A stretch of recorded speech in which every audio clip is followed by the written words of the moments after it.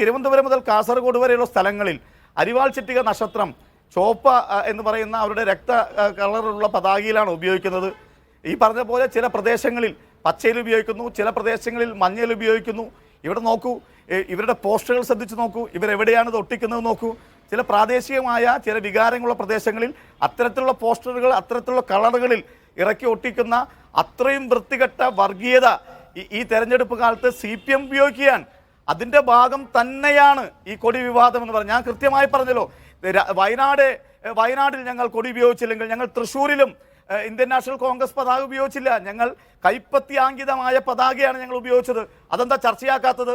അങ്ങനെ അത് പോസിറ്റീവിലേക്ക് എന്താ കാണാത്തത്? നിങ്ങൾക്ക് എന്താ തൃശ്ശൂരിൽ അത് കാണാൻ കഴിയാത്ത? എന്താ BJPക്ക് CPM വോട്ട് ചെയ്യുന്നത് കൊണ്ടാണോ തൃശ്ശൂരിൽ ചർച്ചയാക്കാതെ? ഇവിടെ വീട് വിടാന്തരം കയറി DYFIക്കാരൻ വളരെ കൃത്യമായി പാർട്ടി കേഡറുകളോട് പറയുന്നുണ്ടല്ലോ, എങ്ങനെയെങ്കിലും ഇത്തവണ ഈ തെരഞ്ഞെടുപ്പിൽ നമ്മുടെ 2-3 സഖാക്കൾ ജയിലിൽ പോകാതിരിക്കാൻ വേണ്ടി നിങ്ങൾ ഇത്തവണ സുരേഷ് ഗോപിക്ക് വോട്ട് ചെയ്യുമെന്ന് രഹസ്യമായി പറയുന്ന എത്രയോ കാഴ്ചകൾ നമ്മൾ മനസ്സിലാക്കുന്നു, നമ്മോട് പങ്കുവെക്കുന്നു. അതല്ലേ ചർച്ച ചെയ്യേണ്ടത്? CPM-ഉം BJPയും ചേർന്ന് ഇവിടെ കരുവന്നൂർ കൊള്ളപ്പണക്കേസുമായി ബന്ധപ്പെട്ടുകൊണ്ടുള്ള കേസിൽ CPM BJP ഡീൽ നടക്കുന്നു. പാർട്ടിയുടെ അംഗീകാരം പോകുന്ന ഘട്ടത്തിലേക്ക് പോകുന്നു. 73 ലക്ഷം രൂപയുടെ മാത്രമല്ല, തൃശ്ശൂർ ജില്ലയിൽ CPM രജിസ്റ്റർ ചെയ്തിട്ടുള്ള ആധാരങ്ങൾ മുഴുവൻ 6000 രൂപയ്ക്കും 7000 രൂപയ്ക്കുമാണ്. കരുവന്നൂർ കള്ളപ്പണ കേസുമായി ബന്ധപ്പെട്ട തുകയാണ് തൃശ്ശൂർ ജില്ലാ കമ്മിറ്റി ഓഫീസിന്റെ പുനരുദ്ധാരണത്തിന് ഉപയോഗിച്ചത്. ഇതൊക്കെ വലിയ ചർച്ചയാവേണ്ട വിഷയമാണ്. പെൻഷൻ കിട്ടാത്ത വിഷയം, 2 രൂപ പെട്രോളിനും ഡീസലിനും സെസ് ഏർപ്പെടുത്തി അത് പെൻഷൻ കൊടുക്കാത്ത സാഹചര്യം. ഇവിടെ സിവിൽ സപ്ലൈസ് കോർപ്പറേഷന്റെ സ്റ്റാളുകളിൽ റംസാനായി, വിഷുവായി, ഈസ്റ്ററായി സബ്സിഡി സാധനങ്ങൾ ഒന്നും കിട്ടാതിരിക്കുന്ന സാഹചര്യം, സാധാരണക്കാരന് ജോലി കിട്ടാതിരിക്കുന്ന സാഹചര്യം.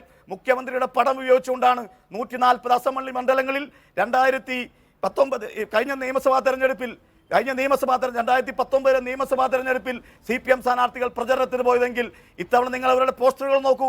അതിൽ പിണറായി വിജയന്റെ മുഖം പോലും കാണിക്കാത്ത രീതിയിൽ അവർ അത്രയേറെ വലിയ ഭയത്തിൽ നിൽക്കുന്ന സാഹചര്യത്തിൽ ഇതിനെ മറികടക്കാൻ വേണ്ടി കോൺഗ്രസിനെ മൃദു ഹിന്ദുത്വ സമീപനമാണ് എന്ന് പറഞ്ഞുകൊണ്ട് ന്യൂനപക്ഷ വോട്ടുകൾ എങ്ങനെയും മാറ്റാൻ കഴിയുമോ എന്നുള്ള കടുത്ത വർഗീയതയാണ് CPM ഈ കേരളത്തിൽ അഴിച്ചുവിട്ടുകൊണ്ടിരിക്കുന്നത്.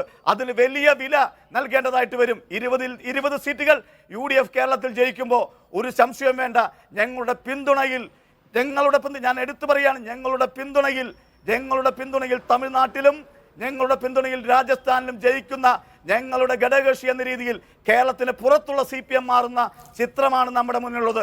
ആ സംസ്ഥാനത്തെ CPM നേതാക്കന്മാരെയും സഖാക്കന്മാരെയും അഭിവാദ്യം ചെയ്യാൻ ഞാൻ ഈ അവസരം ഉപയോഗിക്കുകയാണ്. ശരി, CPI നേതാവ് തുടരുന്നു.